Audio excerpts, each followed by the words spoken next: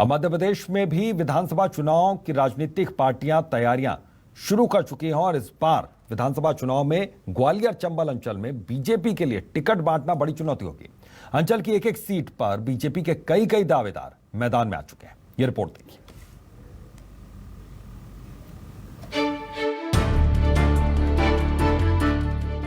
उत्तर प्रदेश में भाजपा की वापसी के बाद अब मध्य प्रदेश में भी चुनावी माहौल बनने लगा है। भाजपा ने चुनाव के लिए तैयारी भी शुरू कर दी है। ग्वालियर चंबल अंचल में तो भाजपा के टिकट के लिए दावेदारों की फौज मैदान में उतर चुकी है। ग्वालियर जिले की विधानसभा सीटों पर गौर करें तो पूर्व मंत्री अनूप मिश्रा ने चुनाव लड़ने का ऐलान कर दिया है, जो सुर्खियों में आ चुका है। आइए अब आपको रूबरू कराते हैं ग्वालियर जिले की उन सीटों से जहां टिकट की दावेदारी भाजपा के लिए टिकट वितरण में बड़ी चुनौती होगी।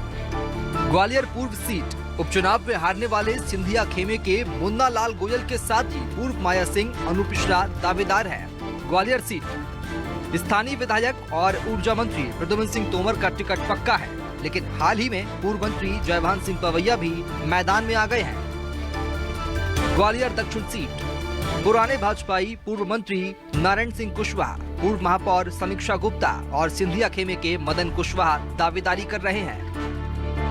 डबरा सीट चुनाव हार चुकी सिंधिया समर्थक इमरती देवी टिकट के लिए दावेदारी कर रही हैं, तो वहीं कप्तान सिंह सहसारी, हरीश मेवा फरोश भी दावेदारी जता रहे हैं। भितरवार सीट अनूप मिश्रा, नरोत्तम मिश्रा के भतीजे विवेक मिश्रा और सिंधिया के खास मोहन सिंह राठौर टिकट के लिए मैदान में कवायद कर रहे हैं। इसके साथ ही गोहद, करेरा, मुरैना, गुना की सीटों पर भी बीजेपी के दावेदारों की संख्या 3 से ज्यादा है। भाजपा में टिकट के लिए बढ़ते दावेदारों के चलते टिकट वितरण आसान नहीं होगा। हालांकि भाजपा ज्यादा दावेदारों को पार्टी के लिए बेहतर संकेत बता रही है। बीजेपी का तर्क है कि उनकी पार्टी में योग्य नेता है, जिसके चलते दावेदार ज्यादा है, लेकिन जो सबसे योग्य और जनता की पसंद का होगा उसको पार्टी टिकट देगी। इसके साथ ही कांग्रेस पर तंज कसा है कि कांग्रेस के पास तो चुनाव लड़ने के लिए उम्मीदवार ही नहीं है। उन उम्मीदवारों में से जो दावेदार हैं, जो सर्वाधिक जीत की संभावना रखता होगा, संगठन उसको टिकट देगा और बाकी सब मिलकर उसका सहयोग करेंगे। देखिए, राजनीति में रोज ही चुनौती होती है। हर चुनाव को चुनौती के रूप में लेना चाहिए, किसी भी चुनाव को आसान नहीं मानना चाहिए और भारतीय जनता पार्टी के कार्यकर्ता अपनी विजय के प्रति प्रतिबद्ध है। कांग्रेस जीत का दावा कर रही है, किस चीज का फायदा उठाएगी वो? कांग्रेस अपने कार्यकर्ता को तो संभाल ले, उसके बाद चुनाव मैदान में आए। भाजपा के दावेदार भी मानते हैं कि प्रजातंत्र में 5 साल में एक बार मौका आता है। अब जनता अपने एमएलए और सांसद को चुनती है। जनता के लिए जो काम करेगा वही जिंदा रहेगा। हालांकि उम्मीदवारी के बाद टिकट की कितनी उम्मीद है, इसको लेकर वह मानते हैं कि आने वाला वक्त ही तय करेगा। 5 साल में एक बार मौका आता है प्रजातंत्र में, जब जनता अपने एमएलए को चुनती है, सांसद चुनती है, तो निश्चित तौर पर ये जवाबदेही है। जनता में जो काम करेगा वो जिंदा रहेगा।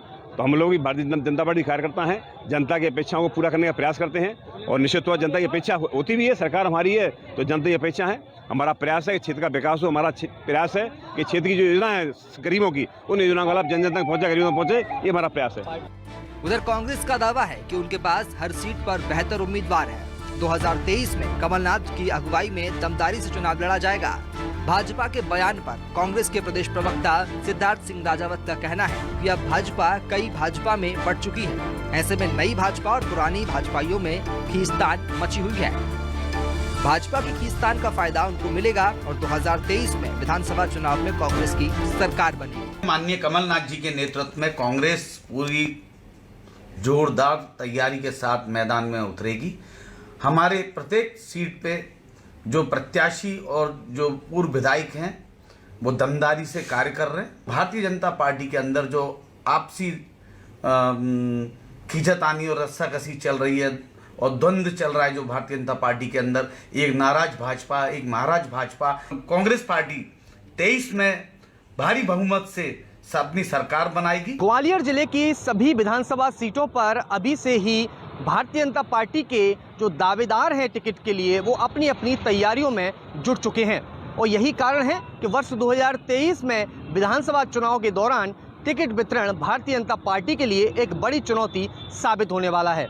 तो वहीं कांग्रेस का दावा है कि भारतीय जनता पार्टी को टक्कर देने के लिए वह पूरी तरह से तैयार है। तो वहीं भारतीय जनता पार्टी के अंदर दावेदारों की जो उम्मीदवारी अपनी अपनी जाहिर कर रहे हैं, उसका सीधे तौर पर फायदा कांग्रेस पार्टी को मिलने वाला है। ऐसे में देखना दिलचस्प होगा कि भाजपा कांग्रेस के बीच दावे और चुनौतियों के इस सियासी खेल में किसे सफलता हाथ लगती है। ग्वालियर से न्यूज़ 24 मध्य प्रदेश छत्तीसगढ़ के लिए कर्ण मिश्रा की रिपोर्ट।